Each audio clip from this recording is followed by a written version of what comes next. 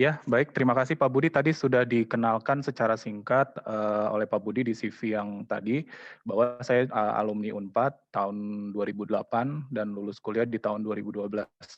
Jadi untuk rekan-rekan mahasiswa yang memang dari Unpad tadi ada Rizky ya, saya salam kenal dan mudah-mudahan nanti kita bisa jumpa di Unpad lagi atau di tempat atau di sini bahkan buat teman-teman yang seluruh mahasiswa yang memang apa namanya punya passion di ekologi mungkin atau spesifik lebih ke taksonomi tumbuhan ataupun apa namanya ornitologi ya yang suka birdwatching kegiatan ini semua di Putus Sibau ini Kalimantan Barat ini termasuk yang hutannya masih terjaga dengan baik gitu ya di mana seperti kita tahu di isu-isu yang sekarang beredar bahwa hutan Kalimantan mulai terdegradasi ya bahkan sempat diposting juga bagaimana Pulau Kalimantan atau Pulau Borneo itu sendiri di tahun 90-an kemudian sampai ke 2021 itu seperti apa kondisi kehijauan hutannya itu di foto. Nah, itu memang mulai kita apa namanya jadi concern. Nah, lebih tepatnya lagi kalau di Putus Sibau di Taman Nasional Betung Kriun ini termasuk hutan yang kalau saya perhatikan dari gambar yang beredar itu memang dari tahun 80 sampai sekarang itu kondisi hutannya memang masih sama gitu ya. Jadi masih termasuk apa namanya masih belum gangguan atau degradasinya memang masih minim seperti itu. Hanya saja di sini peran dari Taman Nasional gitu ya dan dinas Pemda setempat saling kerjasama untuk menjaga hutan di Kalimantan Barat khususnya di Kapuas Hulu ini ya di Putus Sibau. Baik, saya di sini ada beberapa dosen yang kenal Bu Betty ya Bu Betty izin Bu Betty dulu saya sama Bu Betty juga sempat bimbingan terutama diskusi tentang anggrek juga dan beliau juga termasuk pernah ngasih materi tentang anggrek Bu Betty. Mudah-mudahan bisa ketemu lagi Bu Betty dan ibu-ibu dosen semua yang memang belum saya kenal salam kenal mudah-mudahan ini menjadi ajang silaturahmi ke depannya dan bisa menjadi tempat kerjasama kita antar instansi yaitu dari kampus untuk melakukan penelitian di kawasan kami karena memang kami butuh praktisi-praktisi yang memang menggali potensi yang ada di Taman Nasional kami. Baik, kali ini saya akan membawakan materi sesuai apa namanya yang sudah disampaikan tadi bahwa kita akan membahas tentang koleksi dan pengelolaan anggrek serta kantong semar ya Nepenthes. Oke. Baik, sudah muncul ya Pak Budi ya, Bu Nisa sudah muncul ya. Baik. Sebelum kita mulai mungkin buat adik-adik mungkin bisa sambil salah satu nanti bisa kadang nanti saya coba ini ya kita saling interaktif aja saat pematerian. Nah mungkin adik-adik yang sudah pernah melihat anggrek di alam gitu ya. Siapa nih? Terserah deh, bebas yang mau jawab satu orang. Ini sebagai pemanasan dulu. Buat teman-teman nih, misalkan bayangkan kita sedang berada di pinggir jalan atau di tengah hutan yang dia ada pohon besar, ya. Teman-teman melihat sesuatu gitu ya. Nah, karena kita berhubung dengan pembahasan kali ini adalah anggrek dan kantong semar. Nah, teman-teman dari gambar yang muncul di sini, kira-kira ada nggak anggreknya? Kemudian kalaupun ada teman-teman bisa mengenali nggak ada berapa macam anggrek yang ada di pohon yang ada ditampil di layar ini? Gitu. Mungkin satu orang atau Rizky dulu deh yang ketua Himbio ya. Boleh Rizky, silakan. Singkat aja Rizky. Iya baik Kang. Jadi yang saya lihat sekitar ada satu jenis anggrek Kang yang mungkin menyebar di batang-batang pohon tersebut Kang. Oke siap, oke sip. Oke baik terima kasih Rizky ya. Jadi betul kalau dari gambar ini memang sebenarnya kalau memang udah ini ya udah lihai melihat anggrek ini udah jelas banget ini satu jenis ya gitu ya karena di sini anggreknya dia merambat Kemudian ada ciri-ciri yang memang menggembung nih ya, bagian batang ini pseudobulb ya, nanti kita bahas coba ya. Ini kemudian daunnya 2 gitu ya, seperti tunas kelapa gitu ya. Nah ini apa namanya, merambat memenuhi batang pohon ya, gitu. Cuman sayangnya memang ini sengaja saya tampilin yang nggak ada bunganya. Jadi kalau ada bunganya nanti ketahuan itu anggrek gitu. Karena yang kenapa saya mungkin perlu disampaikan juga ya, kenapa saya suka anggrek dan kantong semar ya. Anggrek dulu ya. Kalau anggrek itu yang saya suka itu dia keunikannya terletak selain dari bunga, dia terletak dari perawakannya ya, apa namanya, wujud secara umumnya, karena anggrek ini terkadang kita bentuknya itu menyerupai tumbuhan-tumbuhan yang ada di sekitarnya gitu ya. Jadi ada dia anggrek rumput, nanti mungkin ada ya video atau fotonya di sini. Anggrek rumput karena dia daun-daunnya atau batangnya juga persis seperti rumput gitu ya. Kemudian ada anggrek tebu. Nah, karena dia perawakannya besar, tinggi, dan daunnya persis seperti tebu. Nanti kita coba lihat. Kemudian ada anggrek apa ya, seperti tunas kelapa tadi ya, di tanah gitu. Nah itu juga ada gitu. Jadi apa, ini yang menjadi saya apa juga concern untuk mengamati anggrek di alam, karena ini apalagi kalau anggrek ini tidak berbunga. Jadi kita sangat terkadang sulit untuk mengenali bahwa itu anggrek atau bukan gitu ya. Jadi harus perlu penelitian lebih lanjut. Oke, baik, kita lanjut. Dan saya dari Balai Besar Taman Nasional Betung Krihun dan Danau Sentarum, Kementerian Lingkungan Hidup Kehutanan. Sekilas untuk Taman Nasional ini terdiri dari 2 taman nasional ya, dari Taman Nasional Betung Krihun dan Danau Sentarum. Taman Nasional Betung Krihun ini dia terletak di sebelah utaranya, kalau peta ya, utaranya Putus Ibau, kalau Danau Sentarum selatannya Putus Ibau, seperti itu. Nanti bisa di googling aja ya, all about tentang Balai Besar Taman Nasional Betung Krihun. Mudah-mudahan teman-teman tertarik gitu. Di YouTube udah ada, kita ada ininya, YouTube resmi Balai Taman Nasional kami. Mudah-mudahan teman-teman tertarik bisa ke sini dan bisa melakukan penelitian bersama kami, seperti itu. Oke, outline dari pematerian kali ini tentunya sekilas tentang taksonomi, kemudian lebih dirinci lagi terkait morfologi, kemudian ekologinya juga nanti kita singgung, dan terutama yang inti dari kuliah kali ini adalah bagaimana kita sampling spesimen hidup ya, karena kalau spesimen apa yang sudah diawetkan mungkin berbeda materi ya dan sudah disampaikan. Kemudian fotografinya juga penting ya teman-teman saat di lapangan, agar nanti teman-teman ketika apa membutuhkan identifikasi, selain memang kita punya spesimen hidup ataupun spesimen herbariumnya, kita juga punya dokumentasi secara jelas untuk membantu kita dalam hal identifikasi. Kemudian ada budidaya, yang ini memang juga harus disampaikan dalam hal ini. Kemudian konservasi yang paling penting juga perlu disampaikan. Oke, yang pertama tentang taksonomi ya. Taksonomi juga kita tidak perlu mengenal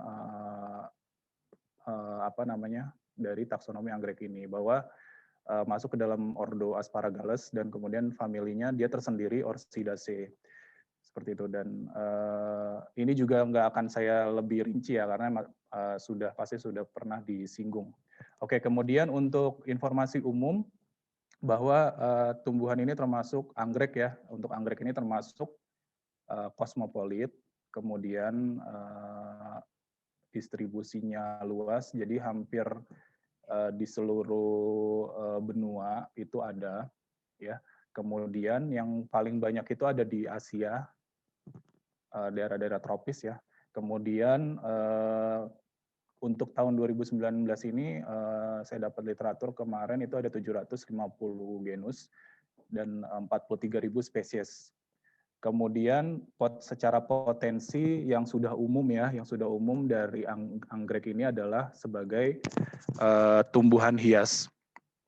Tumbuhan hias dan bahan kue. Kalau bahan kue yang sudah sangat umum lagi adalah vanili ya. Teman-teman kalau lagi masak kue, itu ada bumbu namanya vanili ya di warung, itu asalnya dari anggrek, dari buah ya, dari biji anggrek ya. Oke. Nah, perlu kita tahu juga bagaimana si anggrek ini kok dinamakan Orchidaceae gitu ya. Jadi ternyata saya juga sebenarnya baru tahu juga nih pada saat ini ya literatur yang ada bahwa Orchidaceae ini, nah ini teman-teman mungkin dari ini sekilas melihat ada yang unik dari anggrek gambar ini ya. Ini anggrek termasuk anggrek tanah sih ya, anggrek terestrial. Jadi menurut bahasa Latin itu kan dulu namanya orchis ya dari bahasa Latin yang berarti testis. Jadi eh, untuk secara perawakan dari bagian bawah ya, ini bagian bawah dekat prakarannya itu ada tonjolan 2 gitu ya, seperti testis. Dan ini mungkin dulu penemunya itu pertama kali menemukan anggrek itu di anggrek tanah gitu ya. Jadi ada bentuk 2 bulat seperti testis sehingga dinamakan orchis dan masuklah dinamakan family Orchidaceae seperti itu. Kalau yang nggak semua anggrek sih ada ininya ya, ada bentuk perakaran yang menggembung seperti ini ya. Jadi nggak semua anggrek seperti ini, tapi dulu dinamakannya seperti ini. Oke, oke ini juga umum tentang sekilas tentang anggrek yang memang teman-teman udah pasti sering melihat bahwa anggrek ini ada 2 tipe, dia pertumbuhannya yaitu kita kenal dengan nama simpodial. Kemudian ada yang namanya monopodial. Kalau simpodial nanti dia beruas-ruas ya, ada rizomnya biasanya kan. Kemudian dia bertunas-tunas ke samping seperti itu. Jadi pertumbuhannya dalam satu tunas itu dia pertumbuhannya terbatas. Tapi kalau di monopodial dia tumbuh satu titik terus memanjang ke atas tak terbatas ya, dan bunga biasa keluar dari sela-sela daun seperti itu. Oke.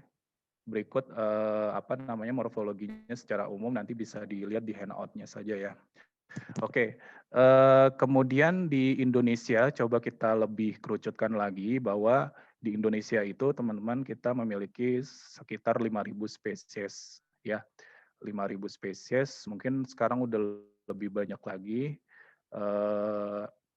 Untuk penyebaran terbanyaknya itu masing-masing wilayah itu ada di Pulau Jawa 986, kemudian di Maluku 113, kemudian Sumatera 971, dan sisanya ada di Sulawesi, kemudian Kalimantan, Papua yang memang daerah-daerah bisa dibilang paling banyak anggreknya gitu ya, terutama di Kalimantan yang ini Borneo ya, Pulau Borneo ini memang masih gampang untuk menemukan anggrek seperti itu ya. Kemudian untuk karakteristik yang secara umumnya lagi bahwa anggrek itu ada epifit ya, tumbuh yang tumbuh menempel pada tumbuhan lain ya, batang tumbuhan lain, kemudian litofit tumbuh di batu, kemudian terestrial merambat dan lain-lain masih ada lagi ya, macam-macam dia tempat tumbuhnya tadi kosmopolit dan bisa hidup juga di tempat ekstrim ya, seperti itu. Kemudian akar tanpa rambut. Nah ini nanti mungkin lebih ke ini ya anatomi sel, nanti kita lihat memiliki filamen seperti itu. Kemudian alat kelamin menjadi satu dalam kolom. Nah ini gimana nih? Nanti kita lihat lagi ya morfologinya. Jadi dia dalam satu bunga kan nanti akan ada kelamin jantan dan kelamin betina atau putik atau kepala putik sama benang sarinya itu nanti jadi satu organ namanya kolom gitu ya. Nanti kita lihat lebih detailnya. Kemudian bentuk juga keunikan terletak pada secara umum bunganya, bahwa kelopak dan mahkotanya itu bentuknya serupa ya. Jadi biasanya kan kalau kelopak itu berwarna hijau seperti daun gitu ya. Kalau di anggrek dia sama ya bentuknya, bahkan hampir mirip gitu ya. Kemudian kecuali mahkota yang di bagian bawah yang bentuknya menjadi lidah atau labellum. Nanti dia bentuknya seperti lidah. Nanti kita lihat detail rincian ininya ya, morfologinya. Kemudian bijinya berbentuk serbuk. Buahnya berbentuk kapsul, bijinya berbentuk serbuk. Oke. Kita lanjut dulu ya. Nah ini Dendrobium secundum ini dulu Pak Budi saya menemukan waktu saat skripsi di Sanggau. hidup di pinggir sungai. Ini anggrek, kalau disebutnya anggrek sikat ya, anggrek sikat karena seperti sikat botol atau sikat gigi. Jadi kalau dia dikit itu kayak di ujung tangkainya doang dikit, itu kayak sikat gigi dia memang. Gitu, oke. Jadi ini bunganya kecil-kecil. Nah ini tadi untuk tempat hidupnya ya, cara hidupnya itu ada di Litovit. Nah ini saya temu di daerah Bedugul, Bali waktu di LIPI kemarin, kebetulan ngambil sampel mikrobiologi di Bali dan sempat mampir wisata ya di salah satu desa apa saya lupa tuh, desa yang terkenal kok udah lama ya. Itu desanya kan masih banyak candi pura-pura atau bangunan-bangunan yang berbatu gitu ya. Apa namanya, batu ukiran. Nah itu di atas rumahnya mereka itu ada anggrek gitu ya. Dan itu terpapar sinar matahari penuh gitu ya. Nah ini dari golongan Dendrobium. Kemudian ada lagi epifit yang menempel biasanya di batang pohon, kemudian di kayu-kayu lapuk, kemudian di perkebunan warga, di pohon-pohon karet kayak gitu ya, itu epifit. Itu ada juga. Kemudian di terestrial, di tanah, bahkan tanah-tanah kering, potsolik, itu juga ada ditemukan anggrek. Seperti itu. Karakteristik akar, oke. Jadi si akar ini, akar anggrek ini juga memiliki kekhasan ya. Jadi ini yang saya juga suka dan apa namanya, dunia ya. Bahwa Grammatophyllum speciosum ini dinobatkan sebagai anggrek terbesar di dunia dan terberat di dunia juga, karena kalau ditimbang ini berat memang. Dan bunganya juga besar gitu ya, terbesar juga gitu. Dan ini saya fotonya dari pakai lensa tele gitu ya, jadi kebayang ini agak jauh. Dan pakai tele itu dia buahnya segini ya. Jadi kalau digenggam ini buahnya mungkin hampir paling kecil tuh sebola tenis. Jadi lebih agak gedean lagi gitu. Gede. Bunganya pun kalau di kita di lokal bilangnya anggrek macan. Jadi nanti teman-teman bisa cari bunganya. Saya kebetulan belum pernah foto di sini karena lagi nggak musim berbunga ya di sini. Jadi ini kalau bisa dibilang anggrek tebu karena perawakannya seperti tebu, dan kalau bunganya seperti total macan gitu ya, jadi kadang disebut juga sebagai anggrek macan. Oke, secara ekologi, anggrek juga memiliki peran bahwa seperti biasa umumnya pada tumbuhan yang bunganya menarik seperti ini biasa menjadi pakan serangga gitu ya. Kemudian, nah si kekhasannya lagi, anggrek ini memiliki simbiosis mutualisme dengan mikoriza, teman-teman. Jadi mikoriza ini anggrek yang jamur mikroskopis yang hidup di perakaran anggrek seperti itu. Jadi mikoriza ini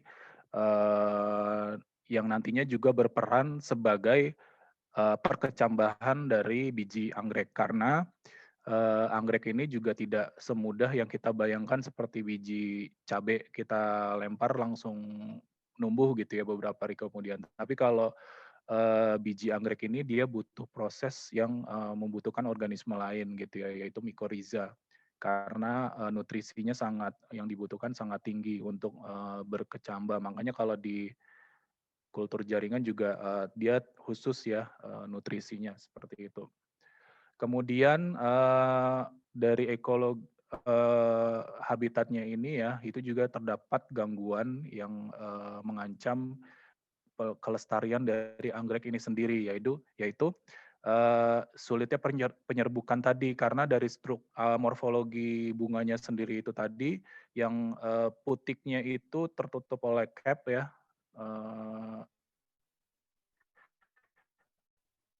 apa namanya, serbuk pollennya itu kayak di dan kolom itu tadi, dan kepala putiknya juga terletak di bawah sehingga butuh organisme lain yang bisa membantu penyerbukan gitu ya, sehingga ini menjadi salah satu gangguan si anggrek ini untuk berkembang biak gitu ya. Kemudian kebakaran habitat yang ya betul, kalau di Kalimantan, Sumatera ini memang pembukaan lahan secara bakar ini masih sangat menjadi tradisi sehari-hari, mungkin bisa dibilang saat pembukaan lahan itu udah menjadi ancaman di sini, bahkan menjadi bencana nasional pada tahun sekitar 2015 kemarin saya di Samosir, itu kebakarannya di Riau. Nah, Danau Toba itu nggak kelihatan dengan jarak pandang 3 meter, 2 meter pun Danau Toba yang seluas itu ketutup gitu ya dengan asap kebakaran dari Riau gitu ya, karena kan Sumatera Utara dengan Riau itu perbatasan. Tapi kalau ke Danau Toba itu sangat jauh tuh, dari Pekanbaru ke Danau itu jauh banget ya, secara peta pun jauh. Jadi kebayang itu pada saat itu bencana nasional, bahkan sampai menutupi Malaysia katanya, Singapura, Batam juga itu ketutup. Itu menjadi gangguan bagi kelangsungan anggrek ini ya. Kemudian pohon tumbang jelas baik itu secara alami ataupun illegal logging ya. Kemudian kemarau panjang, terutama juga di kawasan kita seperti di Katulistiwa ini, kemarau panjang itu akan menjadi sangat kering tanah-tanah di Kalimantan ini. Dan itu juga bisa mengancam anggrek. Kemudian eksploitasi juga beberapa penghobi tanaman hias ya, nggak semua gitu. Jadi beberapa menjadi mengambil anggrek secara besar-besaran. Jadi mungkin ada permintaan dari hobi ke orang lokal untuk mengambil anggrek di alam gitu ya. Karena memang anggrek alam ini terkadang bagi penghobi itu menjadi sangat eksotis, apalagi kalau dia anggreknya memang bisa dibilang langka atau jarang dijumpai oleh para penghobi seperti itu. Itu mereka sangat suka tuh anggrek-anggrek hutan seperti itu. Kemudian pembukaan lahan baru, yaitu tadi selain dibakar, kemudian dibabat dengan cara lain, mungkin kemudian alih fungsi lahan seperti itu, bisa jadi perumahan atau apa, itu menjadi ancaman anggrek. Nah, secara IUCN ya, anggrek juga sudah mulai ada yang punah ternyata ya, di IUCN di tahun 2000 ini, artikel 2017 kalau nggak salah. Jadi ada yang satu punah, tapi bukan di Indonesia ini spesiesnya. Kemudian ada yang critically endangered itu udah 163, dan kalau kita lihat dari bagan ini ya, bagan ini, jadi yang sudah sudah dinyatakan IUCN itu baru sekitar 529 spesies gitu ya. Kemudian yang belum dinyatakan terancam itu masih ada 361. Kemudian yang belum sama sekali dirilis oleh IUCN ya, statusnya itu masih 26.910. Jadi artinya anggrek kita kan tadi banyak tuh ya jenisnya. Ternyata masih lebih banyak yang belum dirilis oleh IUCN terkait statusnya. Karena ini mungkin hambatannya itu tadi jangkauan atau laporan-laporan hasil penelitian yang menyatakan anggrek ini memang harus dilindungi atau memang dinyatakan statusnya itu masih kurang gitu, terutama ya memang terutama di kita di Indonesia juga kita berharap peneliti anggrek kita bisa terus mempublikasi bagaimana temuan-temuan yang ada di anggrek yang ada di Indonesia seperti ini dan statusnya seperti itu. Baik, di sini saya juga mau menyampaikan terkait regulasi yang sudah kami rilis dari pemerintah ya. Dalam hal ini Kementerian LHK di tahun 2018 bahwa sudah terbit jenis tumbuhan dan satwa yang dilindungi gitu ya. Jadi kalau untuk kita anggrek itu ada 28 spesies anggrek di Indonesia yang ditetapkan sebagai spesies dilindungi. Nah, yang foto di samping ini adalah Cymbidium hartinahianum. Salah satu dari 28 yang di dalam peraturan lingkungan hidup dan kehutanan ini. Ini dulu waktu saya di Samosir, ini foto sih dari ini ya, dari situs anggrek ya, salah satu situs anggrek. Jadi ini bukan dokumentasi saya. Jadi kebetulan waktu di Samosir itu saya meninjau langsung untuk habitatnya. Karena ada peneliti anggrek dari luar negeri, itu ada bukunya juga namanya J.J. Comber ya. Kalau teman-teman pernah baca buku anggrek yang literatur berbahasa Inggris tentang orchid pokoknya tentang anggrek, dia ngebahas tentang anggrek yang dia tuh orang peneliti, mungkin peneliti zamannya penjajahan kali ya pada saat ini namanya J.J. Comber gitu ya, Comber.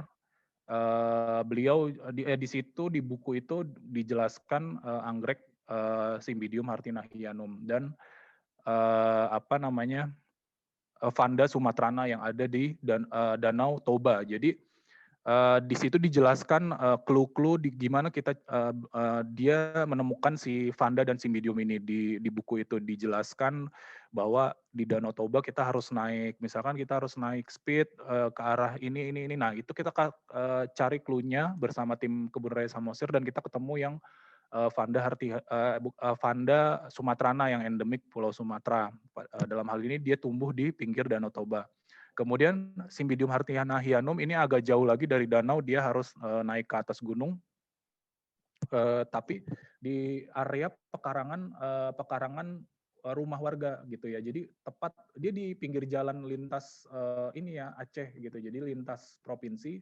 Di situ daerah pegunungan, di mana kanan kirinya itu rumah sih nggak banyak, jadi cuma satu, terus satu ladang, nah kayak gitu-gitu. Jadi suasananya si habitat hartinahianum seperti itu. Jadi sangat terancam gangguan dari pembakaran lahan atau alih fungsi kebun warga seperti itu. Dan pada saat saya ke sana, saya hanya menemukan seedling. Jadi saya tidak menemukan tumbuhan dewasanya. Dan itu juga kami masih belum yakin seedlingnya itu adalah seedlingnya si Cymbidium yang dimaksud ini, hartinahianum ini, atau Cymbidium yang lain. Karena perawakannya itu sama percis dengan Cymbidium yang lain gitu, yang hidup di tanah gitu. Jadi kita nggak tahu nih ini anaknya si Cymbidium atau si Cymbidium yang hartinahianum atau bukan, karena kami sempat rencana pengiriman sampel DNA ke Kebun Raya Bogor dan seterusnya. Saya lupa waktu itu tindak lanjutnya seperti apa. Jadi kami pada saat itu saya selama di Samosir belum pernah berkesempatan menemukan Cymbidium ini secara langsung yang besar dan berbunga. Oke, kita sekarang memasuki kantong semar.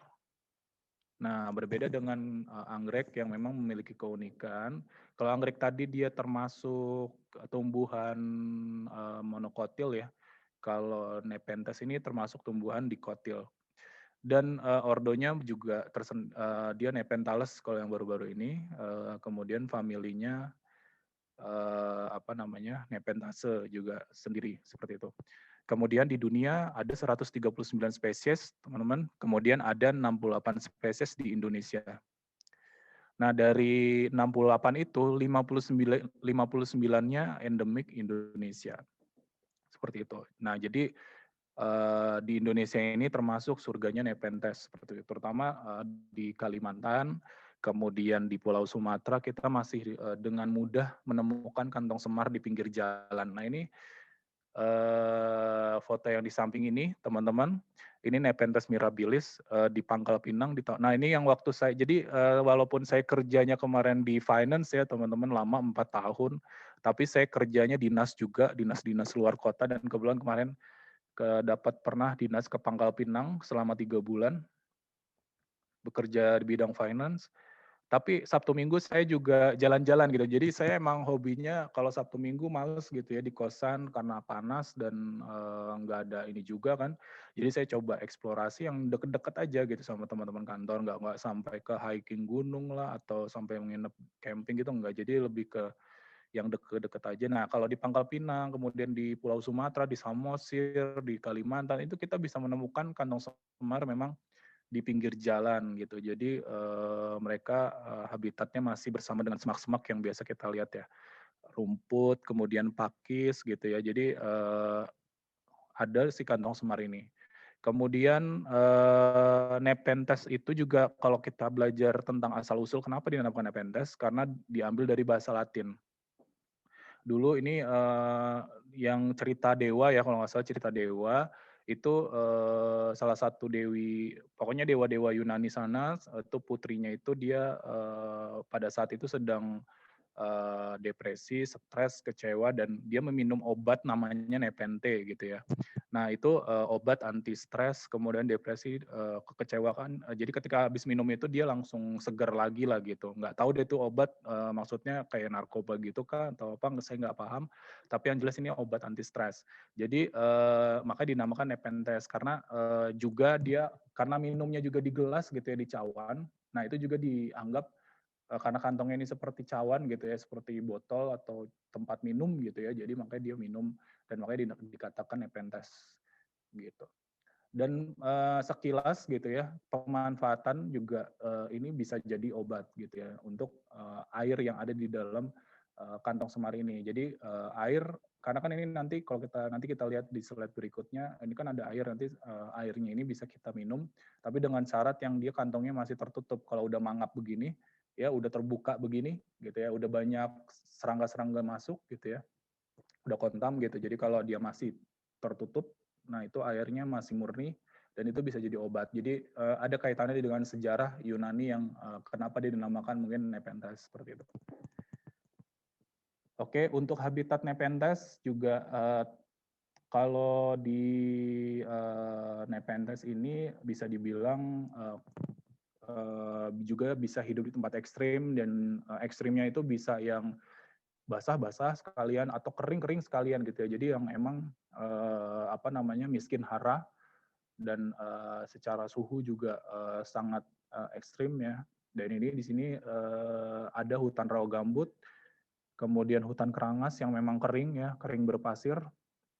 Kemudian ada pinggir jalan ya. Jadi pinggir jalan ini dia biasanya pot solik merah, tanah-tanah pot solik merah. Kemudian hutan pegunungan. Jadi kalau di Jawa teman-teman suka hiking ke gunung tuh di sekitar Unpad di Gunung Manglayang ya kalau nggak salah.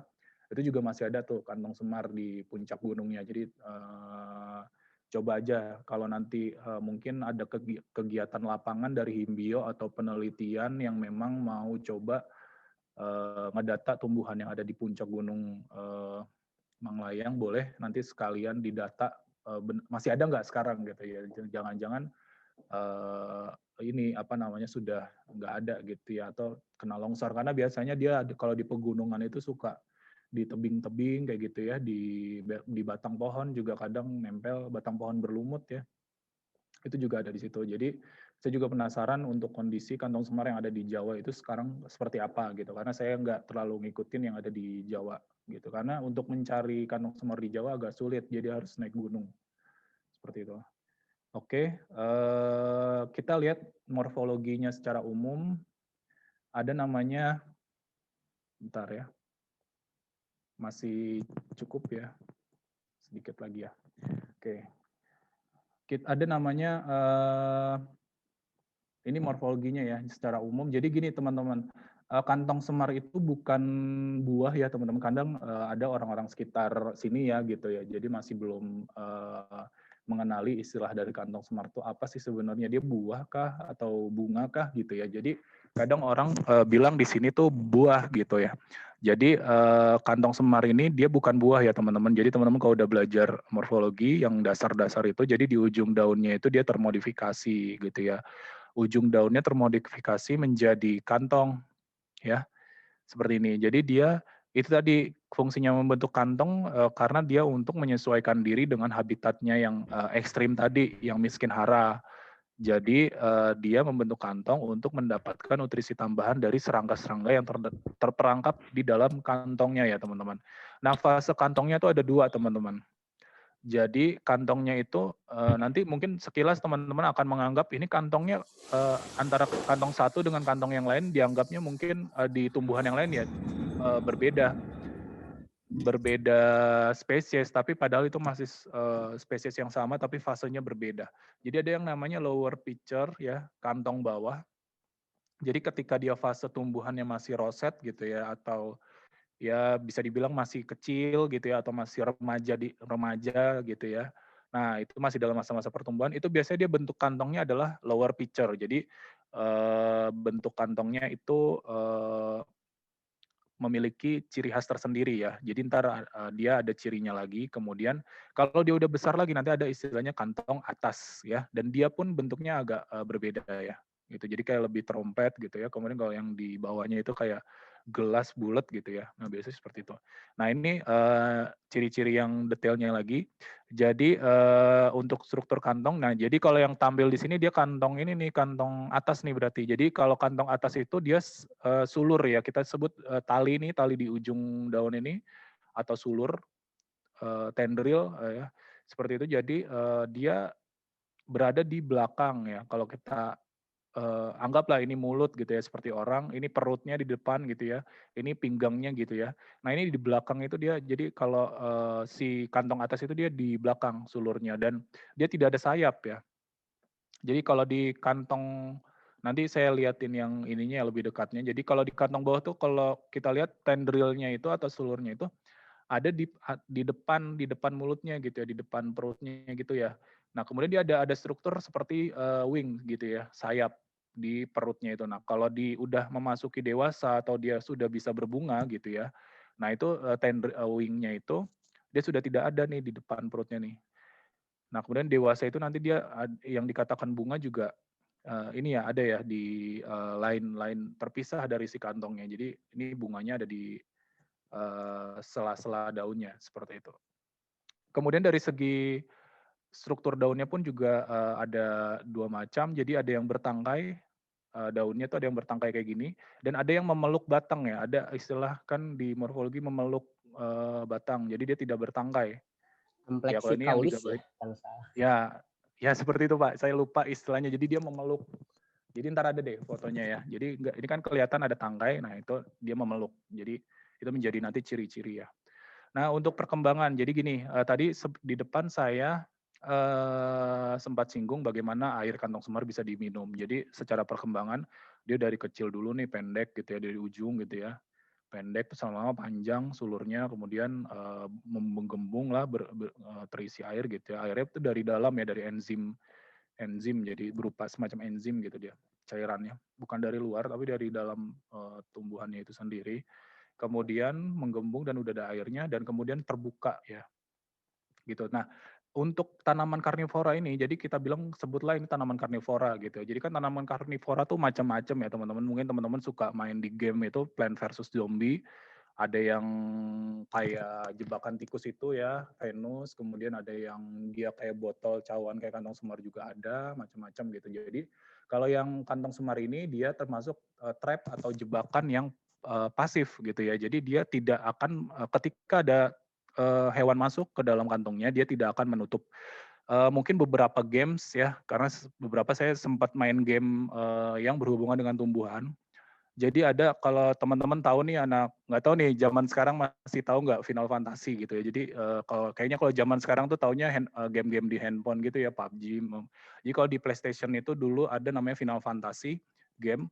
Itu dia kita untuk menjalankan misinya itu si karakternya itu harus melewati kantong semar gitu. Jadi nah cuman sayangnya si game itu dia menjelaskan bahwa kantong semar itu bisa bergerak tutupnya ini, topinya ini. Jadi si jagoannya ini dia nggak bisa lewat kalau si kantongnya ini belum nutup gitu ya. Nah ini jadi apa menyimpang dari keilmuan kita gitu ya bahwa kantong semar ini tidak aktif untuk memerangkap si serangga. Jadi dia hanya mengandalkan cairan yang ada di dalam ininya ya kantongnya seperti itu. Dan air yang bisa diminum adalah yang masih nutup gini ya teman-teman, masih apa namanya masih rapat gini. Ini udah ada airnya walaupun dikit, nggak sebanyak kayak air yang kita bayangkan gitu ya. Jadi ini bisa jadi obat ya. Sudah pernah diteliti sih, saya cuman lupa nyimpen ininya ya jurnalnya di mana. Tapi ada kok kalau teman-teman nyari di Google Scholar itu nanti obatnya apa itu udah diteliti secara apa namanya farmasi gitu ya. Nanti coba di searching aja di Google Scholar. Jadi kalau teman-teman buat survival juga di hutan, ya buat teman-teman yang suka hiking pun ini bisa kalau ketemu kantong semar ini yang masih nutup buat minum. Nah, ini Nepenthes jamban ya. Jadi nama latinnya pun juga kita ambil sesuai dengan nama yang kita dengar gitu ya. Karena memang bentuknya itu seperti toilet duduk ya. Jadi dinamakan Nepenthes jamban.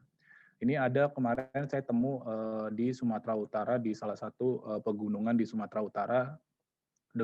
perbatasan dengan Sumatera Barat ya, di Mandailing Natal nama kabupatennya. Nah itu ini kantong semar yang bukan di pinggir jalan. Jadi ini yang di puncak-puncak gunung tertinggi, ini ketinggiannya bisa 2.800 kalau nggak salah waktu itu, nggak nyampe 3.000, jadi 2.800. Untuk mencapai habitatnya ini dia butuh 2 hari 1 malam. Jadi perjalanannya satu hari, jadi berangkat pagi, nyampenya maghrib gitu ya, nyampe tempat camp itu maghrib, baru setelah matahari terbit kami lanjutkan ke puncak gunung, itu sekitar 15 menit atau 20 menit baru ketemu si kantong semar ini. Nepenthes jamban, dan ini menjadi salah satu spesies yang menjadi dilindungi dan endemik Sumatera Utara ya, jadi di tempat lain tidak ada endemik Sumatera Utara. Oke. Kemudian ini tadi karakteristik kantong semar itu juga ada yang terestrial, ada yang epifit, kemudian umumnya banyak yang merambat ya, karena dia tumbuhnya membutuhkan tumbuhan lain untuk menopang kantongnya yang berat itu ya, berisi air, jadi dia butuh melilit tumbuhan lain ya. Kemudian ujung daun termodifikasi tadi sudah sempat dijelasin. Nah kemudian kalau kekhasannya juga dia memiliki dua bunga jantan dan bunga betinanya terpisah individu ya, tumbuhannya ya beda. Jadi nanti kita bisa bilang bahwa tumbuhan ini tumbuhan jantan, tumbuhan ini tumbuhan betina karena memang bunganya sendiri gitu ya. Kemudian buah berbentuk kapsul juga, kemudian biji berukuran kecil seperti potongan rambut. Nah ini ukurannya lebih besar daripada yang anggrek tadi, dia lebih seperti hampir mirip kayak biji ini ya, biji apa sih, adenium gitu. Jadi teman adenium masih terlalu gede, kalau kantong semar masih kecilan dikit. Jadi penyebaran juga lewat bunga pecah nanti kapsulnya.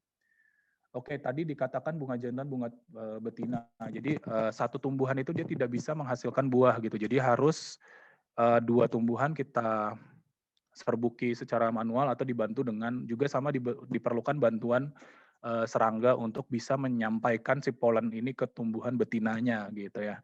Jadi terpisah gitu. Jadi kalau misalkan, nah ini menjadi salah satu nanti ancaman bagi kantong semar ketika di dalam satu habitat dia hanya tumbuh satu kelamin ya, satu bunga, itu akan menjadi ancaman dia tidak bisa berkembang biak secara reproduktif. Kalau untuk bunga betinanya memiliki morfologi seperti ini ya, jadi ada bagian putiknya langsung gitu ya, bagian yang menggembung. Kemudian kalau di jantan dia jelas ada tangkai sarinya, kemudian ada serbuknya juga, seperti itu. Oke. Nah untuk buahnya nanti dia akan memanjang seperti ini, seperti kapsul, dan itu akan kering berwarna coklat dan pecah terbawa angin. Nah kalau yang ini bisa, jadi kalau yang ini bisa teman-teman nanti kalau di lapangan menemukan buah, bisa teman-teman tanam secara apa namanya, seperti biasa, seperti menanam tumbuhan lainnya, jadi tidak perlu perlakuan khusus seperti anggrek ya. Nah ini bentuk bijinya. Bijinya ini berupa helaian, seperti kalau saya bilang seperti helaian rambut ya. Jadi dibilang besar juga kelihatan gitu ya, tapi kecil gitu ya. Dan di tengahnya menggembung, mengandung calon embrio. Nah ini strukturnya, jadi ketika dia berkecambah itu dari tengah dua gitu ya, dikotil ya, karena dia dikotil. Kemudian, nah karena dia tadi tumbuhannya dua ya, dua bunga yang berbeda, terpisah gitu ya, maka akan terjadi hibrid alam teman-teman. Jadi di dalam suatu habitat itu terkadang berbagai jenis ada gitu. Jadi mereka akan terjadi hibrid alam karena tadi namanya serangga itu bisa membawa si polen ini ke tumbuhan spesies lain yang di kantong semar ini gitu ya. Nah ini contohnya Nepenthes rafflesiana yang ada di hutan rawa gambut di sini di Kapuas Hulu. Kemudian kawin silang dengan Ampularia, maka menghasilkan Nepenthes hookeriana ya. Nah gitu. Jadi bentuknya ini kalau teman-teman lihat ya di sini dari mungkin sekilas mirip ya, sekilas mirip dua ini, tapi dia perbedaannya ada di letaknya di peristomnya, dia mencuat ke atas, kemudian topinya lebar ya, topinya lebar, bundar lebar menutupi kayak semacam payung buat mulutnya itu. Tapi kalau misalkan yang Nepenthes ampularia dia lebih ke dalam seperti toilet gitu ya, seperti toilet duduk. Dia ada ke dalam gitu licin, kemudian topinya tuh kecil dia, topinya kecil dan ke belakang gitu, nggak nutupin mulutnya gitu. Jadi, nah kemudian jadilah seperti ini. Bentuknya bulat kayak si Ambularia dan bibirnya juga hampir mirip Ambularia, tapi topinya itu mirip Rafflesiana. Nah, secara penulisan nama Latin ya, kalau untuk hybrid itu boleh ditulis di sebelah kirinya ini. Jadi misalkan ininya aja nih, misalkan Nepenthes ambularia X N Rafflesiana ini aja juga bisa ya. Jadi secara alfabetis dulu Ambularia dulu baru Rafflesiana. Atau secara kalau udah ketahuan penamaannya mungkin ya udah ditentukan penamaannya oleh dunia bahwa ini nama latinnya hybrid alam, maka dikasih simbol X di depan. Jadi X Cookeriana, terus X Coxiana, ada lagi ya X apa gitu ya. Jadi ini untuk menandakan dia hybrid alam. Kemudian ada peran ekologi bahwa populasi ini sebagai pengendali populasi serangga ya betul. Jadi di suatu kawasan itu atau habitat itu banyak sekali serangga yang memang terperangkap di dalam kantong semar ini sehingga ini menjadi pengendali populasi serangga. Kemudian menjadi sumber air minum primata. Jadi beberapa primata seperti monyet, orang hutan itu bisa minum dari air ini. Kemudian menjadi indikator tumbuhan perintis ya bahwa suatu area itu kawasannya memiliki miskin hara. Kemudian untuk gangguannya juga sama seperti anggrek, pembukaan lahan, eksploitasi, dan lain-lain. Oke, status kantong semar ini kalau tadi 59, jadi hampir semua kantong semar nih ya, hampir semua kantong semar itu 59 yang ada di Indonesia, 59. Itu tadi di depan juga hampir 50-an ya, spesies yang ada di endemik Indonesia, itu bahwa dilindungi secara peraturan Kementerian LHK. Nah ini saya bisa ke habitat Nepenthes aristolohoides. Nah, Aristolohoides juga ini diambil dari bentuk kantongnya yang mirip itu ya, tumbuhan Aristolohia itu ya, bunga apa ya Pak Budi namanya Aristolo itu ya. Jadi dia bunganya seperti ini, jadi makanya dinamakan Aristolohoides gitu ya. Jadi karena bentuknya seperti bunga Aristolochia ya. Kemudian ini di Jambi di Taman Nasional Kerinci Seblat. Oke. Solusi untuk anggrek ya, ini untuk anggrek dan kantong semar kita membutuhkan penelitian tadi ya, kami sangat menunggu nih gitu ya dari berbagai pihak gitu ya untuk concern ke dalam penelitian gitu ya, baik itu dari pihak swasta ataupun pemerintah gitu ya dalam hal penelitian, karena kami di Taman Nasional ini di kantor kami sendiri tidak ada peneliti gitu, jadi kami adanya pengendali namanya istilahnya pengendali ekosistem hutan, jadi fungsional yang memang dia bertugas untuk mendata seluruh spesies-spesies yang ada di kawasan Taman Nasional dan bagaimana kondisi dia di habitat, tapi tidak concern ke bidang penelitian yang lebih lanjut spesifik ke dalam spesies itu masing-masing, kemudian pemanfaatannya seperti apa. Nah kemudian juga peneliti asing juga perlu kita ajak juga untuk saling kerjasama seperti itu. Kemudian dari hasil penelitian itu bisa menjadikan dasar kita untuk melakukan action gitu ya, baik itu secara in situ ataupun ex situ. Dan garda terdepannya lagi ada namanya penyuluhan. Jadi di sini peran seorang penyuluh kehutanan untuk melakukan penyuluhan terhadap anggrek dan kantong semar ini, dan penyuluhan itu tidak sebatas mungkin teman-teman sebatas sosialisasi ya, jadi ada pemberdayaan, ada penyadartahuan, kemudian ada tujuan yang dicapai. Jadi tujuan dari penyuluhan adalah membuat masyarakat sejahtera seperti itu. Jadi tidak hanya kita sebatas teori menyampaikan bahwa kantong semar ini dilindungi loh. Jadi kita tetap melibatkan masyarakat untuk sama-sama menjaga, entah itu dari segi bertani atau membuat semacam kelompok tani ya untuk menciptakan bukan menciptakan yang membentuk tumbuh-tumbuhan yang sekiranya berpotensi sebagai tanaman hias atau hibrid-hibrid baru yang memang kita bisa lakukan secara intensif di greenhouse seperti itu ya.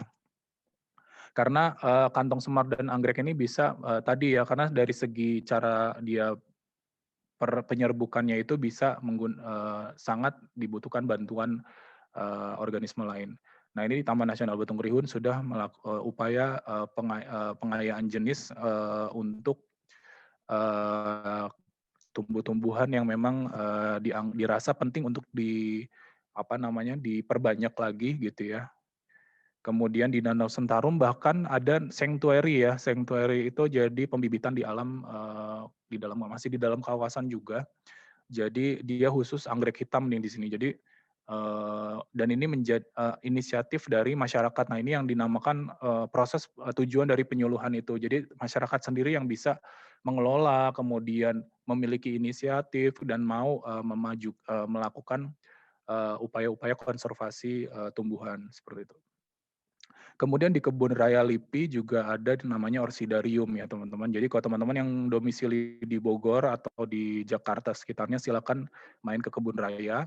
Itu ada orsidarium yang dia menampilkan anggrek-anggrek hutan yang ada di Indonesia seperti itu. Kemudian kita memasuki yang ini ya samplingnya ya. Nah ini kita tidak di sini kan yang namanya sampling juga kita harus melihat kawasan teman-teman. Jadi kawasan itu kawasan apa? Apakah dia hutan lindung? Apakah dia taman nasional? Ataukah dia suaka marga satwa? Cagar alam atau apa ya? Jadi pembagian-pembagian itu teman-teman harus perhatikan juga tempat sampling nanti gitu ya. Nah anggaplah kita sudah mendapatkan perizinan gitu ya untuk melakukan penelitian. Jadi peraturannya ada di Keputusan Menteri Kehutanan tahun 2003. Tadi saya sudah share sama Pak Budi, silakan nanti dibaca bagaimana tata cara pengambilan dan penangkapan tumbuhan dan satwa liar, termasuk peredarannya seperti apa. Jadi di dalam sekilas ya, sebenarnya kalau kita di Taman Nasional itu dia masuk ke dalam kawasan suaka alam yang memang tidak boleh secuil pun kita ambil ya untuk Taman Nasional. Nah, balik lagi harus ada kebijakan-kebijakan yang memang karena kan tadi ya kita tujuannya untuk mencari tahu bisa jadi ada spesies baru atau spesies yang memang sangat udah mulai terancam punah yang memang kita membutuhkan sampelnya sehingga perlu ada perizinan-perizinan yang memang di luar dari peraturan ini yang memang kita perlu lakukan seperti itu. Nah, anggap peraturan ini sudah kita miliki, surat izin ini sudah teman-teman dapati dan siap untuk lakukan di lapangan. Bahwa yang perlu dilakukan adalah persiapan, nanti yang kita bahas setelah ini adalah persiapan, pengambilan, bagaimana tahap pengambilannya, bagaimana penanganannya, dan bagaimana budidayanya, lalu yang paling penting juga bagaimana fotografinya. Yang pertama kita persiapan ya, tentunya kita harus ada alat dan bahan. Mungkin tadi di sekilas Pak Budi sudah menyampaikan bahwa bagaimana etika dan pengambilan sampel di lapangan sudah sempat disinggung di kuliah reguler. Jadi ini saya sempat cuman ini aja share tambahan saja bagaimana alat-alat yang biasanya saya pakai gitu ya, yang biasanya standar dipakai untuk melakukan pengamatan anggrek atau mengambil anggrek di alam. Seperti itu. Kemudian berikut list-listnya ya, ada kamera, GPS, peta, dan lain-lain. Nanti teman-teman bisa disesuaikan saja. Kemudian birokrasi ya tadi seperti surat, usulan penelitian, mungkin kalau di Taman Nasional teman-teman mau KKL atau skripsi, pastinya teman-teman harus membuat usulan penelitian dan memiliki surat izin. Kemudian, nah kalau teman-teman dimasuki ke kawasan hutan atau yang memang ada kampung di situ, jadi teman-teman harus permisi dengan kepala dusun dan temenggung adat. Ya walaupun tidak secara resmi, tapi teman-teman hanya sebatas say hello, kemudian berbicara lisan gitu ya dengan baik, bahwa akan melakukan penelitian segala macam, insya Allah pasti disetujui sama temenggung adat. Yang penting kita jangan asal masuk ke dalam kawasan atau hutan ya sembarangan, karena terkadang ada aturan-aturan yang memang harus teman-teman ini ya patuhi gitu di adat setempat gitu ya. Kadang peraturan mereka di luar nalar ini kita ya, keilmuan kita terkadang ada benarnya juga gitu. Jadi kemarin pengalaman saya di Samosir itu saya mau penelitian kantong semar di puncak Gunung Pangulubau nama gunungnya. Jadi kami ketemu orang yang paling tua di sana, kakek-kakek, dan itu kakek-kakek masih kuat gitu ya untuk naik ke atas gunung. Dan beliau pesan nggak boleh berpakaian kuning, apapun itu yang atribut kuning pun nggak boleh atau apapun yang berwarna kuning nggak boleh dibawa. Karena kalau kita bawa itu hujan nanti. Jadi pada saat itu saya naik itu bulan-bulan November itu masih gencar-gencarnya hujan waktu itu. Jadi 3 hari sebelum saya naik itu itu apa namanya, eh, apa dia hujan gitu 3 hari ke belakang itu hujan, jadi kita nggak boleh pakai baju kuning, sehingga pada saat kita di lapangan kita nggak ada yang pakai baju kuning ya satu tim, dan alhamdulillah seharian benar nggak hujan gitu. Jadi percaya nggak percaya memang hal-hal yang seperti itu kita ya sekedar tahu aja, sekedar ya apa salahnya juga kita nggak turutin karena toh gampang gitu ya syaratnya gitu ya, kecuali kalau udah yang benar-benar merusak kepercayaan kita atau apa, itu baru bisa didiskusikan lebih lanjut seperti itu ya. Seperti itu. Jadi kita nggak kehujanan tuh seharian sampai kita turun gunung pulang ke tempat penginapan di hotel itu nggak hujan sama sekali gitu. Jadi itu udah nggak tahu ya gimana lah masuk akalnya gitu ya. Kemudian pastikan didampingi orang lokal ya. Biasanya kita ke hutan atau masuk kemana kita harus didampingi orang lokal. Kecuali memang teman-teman udah sering banget ke tempat itu ya nggak apa-apa, silakan.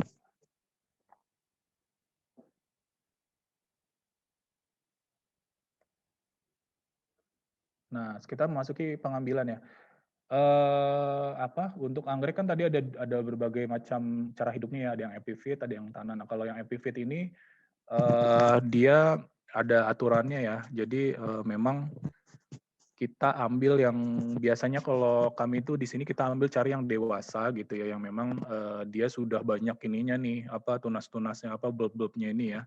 Jika dia simpodial, kalau monopodial ya kita lihat lagi ada anakannya atau enggak. Jadi kita harus lihat juga jumlahnya ya, di habitat itu seperti apa. Nah misalkan ini, jadi ini anggrek Coleogyne pandurata ya, yang dikenal anggrek hitam. Jadi ini kebetulan ini kan panjang nih sampai sini sih. Ini nih sebenarnya beda jenis nih, ada beda jenis sama ini ya. Nah ini agak panjang, jadi ini bisa kita potong, jadi kita sisakan gitu ya, bisa kita sisakan gitu ya. Ini kan kayak sirih dia ngerambat ke atas gitu. Jadi kita ambil cari batang itu kita potong, jadi kita ambil 3 bulb minimal atau 4 gitu ya. Itu bisa kayak gitu. Tergantung kalau dia emang banyak banget ya itu disesuaikan gitu ya, kebutuhan kita sebanyak apa. Jadi jangan terlalu semua kita bersihkan. Nah itu pemotongannya itu juga minimal dia 3 bulb kalau dia anggrek 3 ini ya, 3 tunas gini ya gitu. Jadi nanti dia bisa numbuh lagi kok di samping. Kemudian hindari yang tampak busuk atau baik di bulbnya atau di daunnya, ya itu tergantung lagi di alam. Seperti apa kalau emang adanya rusak ya hati-hati juga karena nanti bisa menyebabkan penyakitnya ini bisa menular ke tumbuhan kita nanti di tempat penangkaran gitu ya. Jadi carilah sih yang memang masih bagus gitu. Tapi kalaupun memang adanya seperti itu, kita bisa nanti perlakuan lebih lanjut ya. Misalkan pakai fungisida atau apa gitu juga bisa, kita potong daun-daunnya gitu juga bisa. Kemudian kalau untuk epifit gampang ya, tinggal istilahnya sih kalau dia masih kecil gini atau ukurannya size-nya kecil, itu bisa langsung cabut perlahan gitu ya, tergantung dari perakarannya juga. Kalau misalnya perakarannya udah mengelilingi batangnya itu, baru menggunakan alat bantu, sekop ya, mengelilingi area si perakarannya ini. Gitu. Kemudian jangan lupa beri label di setiap tumbuhan yang kita ambil. Kalau nggak tahu nama latinnya dikasih kode ya gitu ya. Biasa dikasih kode. Kodenya bebas aja sih, tergantung teman-teman mau kasih apa, misalkan inisial nama saya misalkan SM001 bebas lah, tergantung teman-teman. Nanti yang penting teman-teman hafal. Kemudian terestrial, terestrial juga nggak terlalu ini ya, nggak terlalu rumit. Jadi tinggal membuat galian. Jadi galiannya itu melingkari tumbuhan. Jadi ada tumbuhan, jadi kita gali menggunakan skop ya, melingkar gitu. Jadi untuk mempermudah kita menarik tumbuhannya nanti ya. Kemudian beri label, juga kurangi media ya, media karena beberapa anggrek tanah itu tumbuh di tanah-tanah ekstrim yang terestrial, yang potsolik itu kalau kita cabut itu tanahnya tebal banget, jadi harus dibersihin. Jadi biar nanti kita bawa ke tempat penangkaran atau ke lab kita itu lebih ringan. Jadi dibersihin aja. Nah kalau kantong semar kita ambil kalau kita mau membawa utuh kita cari yang masih kondisi roset ya teman-teman. Jadi kan kalau kantong semar itu tingginya bisa sampai merambatnya bisa sampai bermeter-meter gitu ya, 2 meter, 3 meter kadang mengikuti tumbuhan yang ada di sekitarnya, tumbuhan tertinggi. Gitu. Jadi itu ribet ya kalau kita bawa sepanjang itu. Jadi kita cari yang anakan-anakan yang memang berbentuk roset. Roset itu dia daunnya masih mengumpul di satu titik gitu ya, berputar gitu ya. Jadi apa namanya? Ini sangat, jadi ini dulu dia dari biji, perkembangbiakan dari biji. Jadi ini cocok untuk kita koleksi. Dan eh, apa ya, kalau kantong semar itu untuk ukuran kecil ini pun dia udah bisa diidentifikasi. Jadi dia kantongnya itu sudah bisa kalau ini ya, kalau sudah memang kita udah sering gitu ngelihatnya. Jadi kalau kayak gini tuh kecil gini dia kantongnya itu bisa kita kenali ini jenis apa gitu. Jadi untuk kantong semar mudah. Kemudian sama beri galian melingkari tumbuhan lalu cabut perlahan. Kurangnya media asal juga sama, medianya kadang dia ranting-ranting atau apa namanya lumut terlalu tebal itu jadi kita ambil kurangi medianya. Kemudian nah kalau di kantong semar ini dia itu harus dimasukkan ke dalam plastik ya. Jadi ini tumbuhan yang memang tumbuhan tanah sama seperti tadi anggrek yang apa namanya? Kalau anggrek juga yang anggrek terestrial juga masukin plastik, tapi kalau di yang epiphyt ya itu dibungkus koran. Jadi jangan dimasukin ke plastik karena kalau dimasukin plastik dia nanti akan cepat busuk ya. Kalau teman-teman nanti lama di lapangannya, belum sempat menanam kembali ke lab. Kemudian kalau di kantong semar harus masukin plastik dan kasih sedikit air ya plastiknya. Nah, kalau tadi tumbuhan teman-teman yang ketemunya bermeter-meter tadi yang menjalar ke atas, teman-teman boleh ambil, tapi ambilnya juga dia sekitar 10 atau 15 helai daun lah dari pucuk ke bawah. Jadi misalkan ini atasnya kemudian ke bawahnya kan dia berruas-ruas gitu ya ininya. Bukan berruas-ruas, jadi bersusun gitu daunnya. Nah, itu sekitar 10 sampai 15 ini kalian potong aja gunting pakai gunting tanaman itu jadi bahan stek nanti.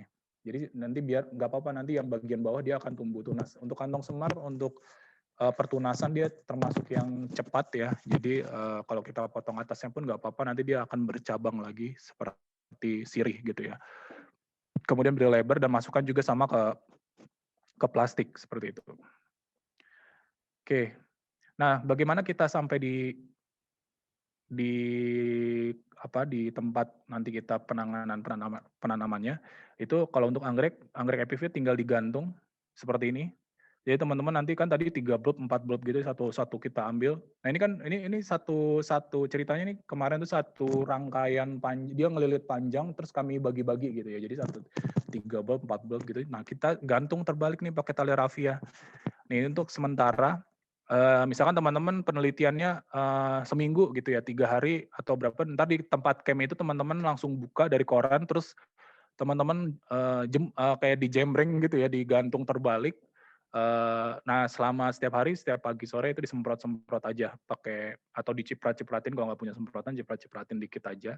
Baru nanti ketika mau pulang lagi dibungkus koran lagi, baru kita tanam yang benar di pot gitu ya. Nah ini untuk penanganan sementaranya. Kalaupun teman-teman beli online, kadang kalau kita suka beli online ya tumbuhan hias gitu. Nah ini anggrek juga ada nih kadang dijual online, dikirim online lewat paket. Nah untuk penanganan aklimatisasinya agar dia tidak stres, kita kering anginkan dulu ya, kering anginkan dulu. Jadi jangan langsung ditanam. Nah itu bisa dengan cara di metode terbalik seperti ini. Gitu. Kemudian kalau anggrek tanah, nah ini opsional sih ya, opsional itu jadi ketika dia sebelum kita tanam ataupun digantung itu bisa direndam dengan fungisida. Ini sebenarnya kayak Baiklin, Dettol cair, betadine ini lebih tips-tips yang tambahan aja lah gitu. Dulu saya waktu di komunitas anggrek pun dapat tips seperti ini dan saya udah coba. Nggak apa-apa sih anggreknya pakai Baiklin, pakai Dettol, pakai betadine, nggak ngaruh apa-apa, tapi emang dia sebagai anti karena kalau beli fungisida pun saya nggak tertarik sama fungisida gitu. Jadi karena mahal atau apa gitu. Jadi waktu itu saya nggak suka sama fungisida. Jadi saya pakai bahan yang ada di rumah gitu. Jadi pakai Dettol cair, betadine itu tidak mempengaruhi tidak akan membuat tumbuhan ini mati, tapi katanya sih, tapi belum diteliti lebih lanjut itu bisa sebagai antibakteri juga buat biar nggak busuk gitu. Terutama pada saat hasil pemotongan, hasil pemisahan anak itu juga bagus bisa pakai Dettol atau bahan-bahan yang ada di rumah ini ya. Kemudian lalu rendam selama ya itu rendamnya 10 sampai 15 menit baru kita gantung kering angin lagi baru kita tanam di pot seperti itu. Kalau untuk anggrek tanah bisa langsung ditanam ya teman-teman seperti biasa. Kemudian kantong semar. Nah ini contoh kantong semar yang dari lapangan atau pada saat. Jadi selama di lapangan nih misalnya teman-teman camping 7 hari. Itu jangan diapa-apain, udah di dalam plastik aja. Itu nggak apa-apa, dia bisa bertahan sampai 2 minggu di dalam plastik. Jadi kayak kemarin saya di skripsi di Sanggau sana ya Pak Budi, itu kita selama ini buat sampel tanaman itu masukin plastik baru kirim ke Unpad gitu ya. Disungkup ya, istilahnya Sahal ini, Ya, disungkup plastik ya? iya betul. Jadi tapi nggak ditanam Pak. Kalau disungkup kan Iya, udah ditanam ya. iya. Ini udah ditanam disungkup. Tapi ini benar-benar nggak ada medianya. Jadi kita sungkup di dalam ini ya, di dalam plastik. Dan itu saya sempat mengirimnya 1 bulan kemudian atau 2 bulan kemudian ke Unpad pernah. Herbarium pun juga sama. Nah itu untuk nanti ditanam gitu ya. Jadi baru ditanam atau nah setelah penanganan itu kita baru tanam seperti biasa, nggak usah direndam-rendam fungisida dulu apa segala macam kalau kantong semar. Jadi langsung ditanam di pot menggunakan media tanam. Nanti media tanamnya ada rinciannya di setelah ini. Baru kita masukin lagi ke plastik gitu, disungkup untuk sebagai aklimatisasinya ya. Sampai dia muncul tunas, baru itu tanda dia udah bisa kita lepas sungkupannya. Nah ini untuk jenis budidaya yang sudah ada di kita lakukan di Indonesia itu ada di kultur jaringan. Kemudian, nah ini kultur jaringan ini udah banyak ya kalau anggrek, dan ini yang kebun raya LIPI ini dia mereka sudah membuat anggrek-anggrek spesies dalam botol. Kalau yang beredar di tanam pertanian itu kan dia yang anggrek-anggrek hybrid ya, udah hybrid, udah silangan. Tapi kalau di kebun raya LIPI ini dia masih anggrek spesies yang memang sudah banyak produk-produk yang diterbitkan oleh kebun raya LIPI. Dan ini nanti silakan teman-teman, ini dijual bebas juga sama LIPI.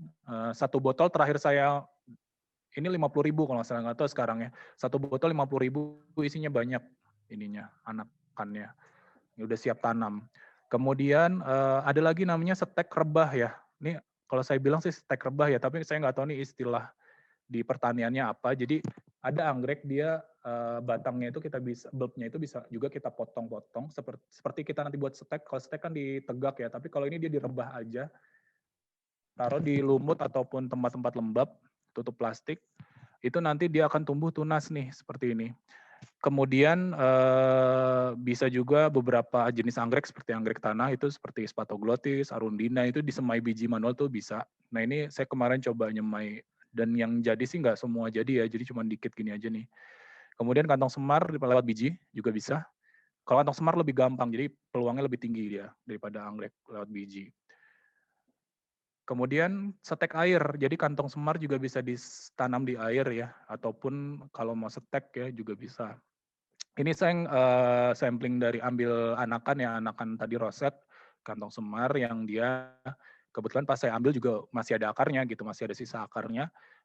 Kemudian saya tanam di air gitu, jadi sudah tumbuh dan sudah muncul 2 kantong baru. Jadi karena memang karakter kantong semar juga dia suka banyak air, jadi murni air pun. Jadi buat tanaman apa namanya ornamental, tanaman-tanaman indoor kalau mau pakai air ya kan bagus di vas itu juga bisa pakai kantong semar.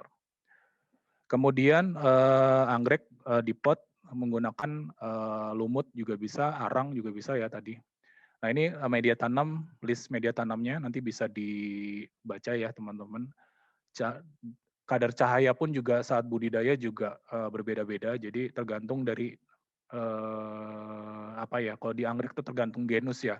Misalkan kalau Dendrobium itu mayoritas bisa di atas 50% cahayanya. Kalau Phalaenopsis anggrek bulan, kemudian Bulbophyllum ya anggrek-anggrek yang dia memang asalnya dari hutan pedalaman, jadi dia teduh ya cahayanya.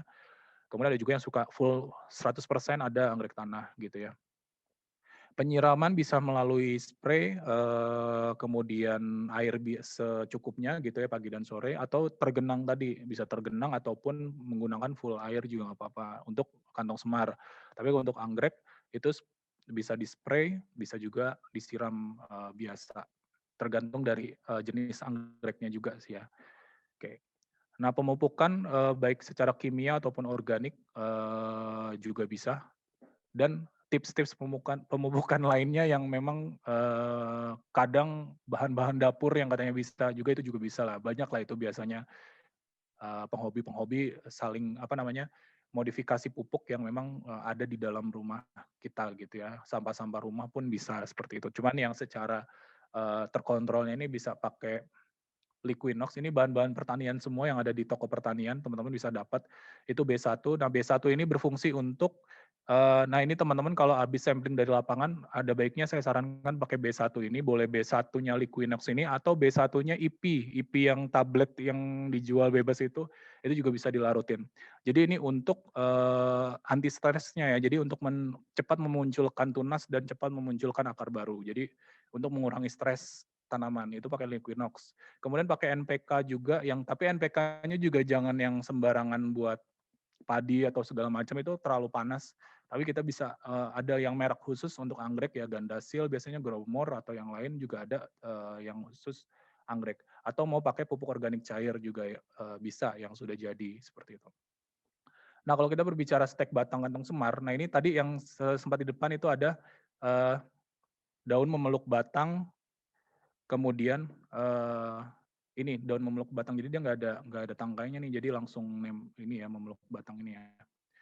Kemudian teknik setek sih pada umumnya sama seperti setek pada tanaman hias lainnya gitu. Jadi bagian bawahnya dikelupas gitu ya, mau numbuh akar dikelupas, terus dibikin sayatan dikit ya di ujungnya, jadi biar akarnya cepat numbuh. Sama seperti tumbuhan stek pada umum lainnya. Jadi media tanamnya aja yang berbeda. Media tanam biasanya pakai kokopit dan sekam bakar, atau bisa juga pakai lumut. Kemudian simpan di dalam teduh, atau bisa juga disungkup ya, kemudian disiram beberapa. Kalau disungkup siram secukupnya aja. Kalau di tempat yang teduh bisa pagi dan sore. Tunas akan numbuh di 2-3 minggu setelah tanam. Nah, untuk etnobotani itu pemanfaatannya salah satunya selain obat tadi ya, dan bisa untuk minum, juga dimanfaatkan kantongnya untuk pembungkus makanan nih teman-teman. Di orang Dayak sini dia memanfaatkan kantong semar yang Nepenthes ampullaria karena dia ukurannya besar ya, kayak gelas, benar-benar gelas, kayak kaleng susu kaleng itu. Nah itu bisa diisi sama ketan dan itu dikukus, itu jadi makanan. Kemudian, nah ini fotografi, kita masuk ke dalam fotografi, bahwa fungsi dari fotografi adalah sebagai media interpretasi dan identifikasi lanjutan. Kemudian fotolah bagian-bagian organ yang mewakili untuk keperluan identifikasi. Kemudian sudut pengambilan gambar juga ada aturannya. Jadi pastikan angle-angle fotonya itu bisa kita dengan mudah mencari identifikasinya. Kemudian latar depan. Jadi bagian depan objek yang mau kita foto itu dibersihkan. Biasanya kan kalau di alam itu banyak ranting-ranting atau sersa-sersa daun yang memang menghalangi itu tolong dibersihkan dulu nanti, jadi biar jelas kita identifikasinya. Nah ini contoh dari bagaimana teknik foto yang salah dan benar. Jadi kalau di yang sebelah kiri ini, dia foto dari belakang nih. Gitu ya. Jadi kalau misalkan teman-teman misalnya nanya ke Pak Budi atau Bu Anissa, Bu ini jenis apa? Oh nggak tahu, soalnya nggak bisa kan kita ngelihat ini nih, karena nampak belakang. Karena kalau kantong semar itu misalkan, dia kan dia bentuknya juga kayak gini rata-rata ya, panjang gitu kan, kalau kita nggak ngelihat depannya itu agak sulit. Karena dia ada ciri-ciri yang dia tampak depannya itu kita baru bisa mengenali. Kalau dari belakang gini, dia mirip-mirip dia nih, gitu ya. Nah kemudian sudut yang benar itu seperti ini kira-kira ya. Jadi tampak depan tapi nggak eye to eye gitu ya. Jadi agak serong gitu ya, kita ngambil sudutnya tuh serong gitu ya. Tapi dia tetap bisa menggambarkan depan, mulut, topi, segala macam, ciri-cirinya bisa kelihatan. Ciri yang harus ciri khusus yang harus terlihat. Nah ini teman-teman saya mau nanya lagi, mungkin saya mau nanya lagi Pak Budi sama mahasiswa, dari gambar ini teman-teman satu orang, kira-kira ciri khusus yang terlihat dari fotografi ini apa nih teman-teman? Boleh salah satu Pak Budi ditunjuk, dijelaskan. Yang paling coba ya Sahal ya. Coba yang siapa Pak? Yang paling kanan ini ada 2 bintik di bawah periostomnya nih ya, yang ada 2 titik warna. Oh siap. Kemudian ini ada taring, kayak taring ya. Boleh. Yang ini juga ada taring, tapi taringnya berbeda posisinya nih, yang sebelah Oh kiri. iya, betul. Lah jadi Pak Budi yang jawab tadi, harusnya mahasiswa yang jawab. Ya nggak apa-apa Pak. Saya belum jago di Nepenthes juga. Oh Masih enggak ya, masih suka tapi bingung masih suka bingung benar-benar. identifikasinya. Karena itu tadi Pak, memang bentuknya kalau kita sekilas dia kalau kita secara fotonya pun sudutnya berbeda, nanti dia akan mirip dengan jenis yang lain. Jadi kalau usahakan untuk teknik fotonya itu tadi biasanya sih kalau saya serong gitu ya, atau dari samping juga boleh. Kadang dia ada ciri di samping. Pokoknya tergantung dari ciri khas teman-teman yang pengen tunjukkan ke para peneliti nanti misalkan atau ke dosen teman-teman gitu ya. Jadi teman-teman bisa foto secara jelas. Nah kalau untuk kantong semar itu cukup kantongnya sih kadang. Ya, kalau memang beruntung ketemu bunganya. Jadi kalau di alam itu teman-teman pasti menemukan kantong. Jadi karena dia tidak memerlukan fase seperti anggrek, dia ada waktu berbunganya apa segala macam. Karena kalau di anggrek itu dia butuh untuk identifikasi anggrek terakhirnya butuh bunga dia, karena di anggrek itu ciri khasnya di bunga. Beberapa dia ada di organ-organ daun, akar, itu juga bisa, tapi pastinya kita kalau untuk si anggrek ini cari bunganya gitu kan. Nah kalau kantong semar ini masih termasuk mudah untuk identifikasinya, jadi cukup dari kantongnya, karena kantong ini selalu muncul gitu, setiap numbuh ada kantong, setiap numbuh ada kantong gitu, jadi teman-teman bisa foto. Cukup kantongnya aja, jadi nggak perlu sampai daun apa setumbuhan utuhnya itu, karena agak sulit kalau tumbuhan utuh juga nanti kejauhan kantongnya nggak kelihatan. Atau sometimes tadi kadang daunnya yang memeluk daun itu juga teman-teman kalau misalkan ngelihat daunnya ada yang aneh, misalkan berbulu atau berambut atau ada ciri-ciri khusus di dalam helaian daunnya itu bisa difoto juga nggak apa-apa. Tapi yang intinya adalah ada di kantong dan kantongnya jelas. Oke, tadi Pak Budi udah sempat menyebutkan bahwa ciri yang paling kanan, yang ini ada 2 titik mata. Nah ini yang dinamakan Nepenthes renuartiana. 2 titik mata ini memang kita bilang mata gitu ya, kayak mata gitu, tapi sebenarnya ini seperti kayak nektar gitu, dibilang nektar juga jadi cairan yang keluar dari dinding ini ya kantongnya. Dia seperti cairan awalnya waktu baru keluar. Nah itu sehingga membekas seperti mata. Ini menjadi ciri khas Nepenthes renuartiana. Kemudian yang Nepenthes lingulata yang ada di Danau Toba ini, dia lingulata itu dia jadi ada kayak taji gitu ya, di bawah topi itu panjang gitu ya. Berbeda dengan yang sebelah kirinya lagi ada kalau kami bilang taring gitu ya. Jadi taringnya itu dia ada di bagian peristomnya ini ya. Tapi kalau yang lingulata ini kan dia ada di topi gitu. Jadi bikal karata, makanya dinamakan bikal karata, itu kalkarata itu ada taring gitu ya. Bi itu 2. Jadi diambil nama, kenapa dinamakan bikal karata dari ini. Kemudian lingulata diambil lingulata karena seperti lidah gitu, seperti itu. Nah, itulah tadi bagaimana kita mengenal kantong semar dan cara budidayanya, dan dalam hal ini kita seorang penyuluh ya, perlu melakukan sosialisasi, selain sosialisasi perlu pendampingan terhadap kelompok masyarakat yang memang suka sama tumbuhan kantong semar ini dan anggrek ini, karena jangan sampai terjadi eksploitasi besar-besaran gitu ya. Agar kita masyarakat bisa juga ikut melestarikan kawasan. Nah, sekalian juga untuk salah satu solusi ya, solusi yang memang umum kita lakukan adalah konservasi secara ex situ dan in situ. Nah, kebetulan yang sekarang-sekarang ini memang sedang gencar-gencarnya pemerintah dan dunia itu bekerja sama dalam membentuk cagar biosfer ya. Cagar biosfer ini di Indonesia ada 19. Nah, kebetulan di tempat saya kerja ini masuk ke dalam cagar biosfer nih teman-teman. Jadi nama cagar biosfer ini berbeda ya dengan Taman Nasional. Jadi ini adalah suatu wadah internasional untuk konservasi, kemudian pengembangan ekonomi, kemudian kajian-kajian ilmiah yang ujungnya adalah muaranya adalah masyarakat, kesejahteraan masyarakat seperti itu. Nah, di tempat saya kerja itu namanya Betung Kerihun Danau Sentarum Kapuas Hulu, nama cagar biosfernya. Satu lagi kalau di Jawa itu ada di apa namanya Taman Nasional Cibodas, apa Taman Nasional yang di Cibodas itu juga cagar biosfer. Iya, Pangrango itu cagar biosfer gitu ya. Nah itu jadi memiliki kekhasan masing-masing kawasan. Nah ini menjadi salah satu upaya bagi pemerintah kita dan dunia untuk menjaga keanekaragaman hayati seperti itu. Nah ini kondisi dari habitat kantong semar yang memang dalam hal ini pembukaan lahan, bahwa di sini saya pernah menemukan pada saat skripsi itu momen di mana sisa-sisa kantong semar yang terbakar.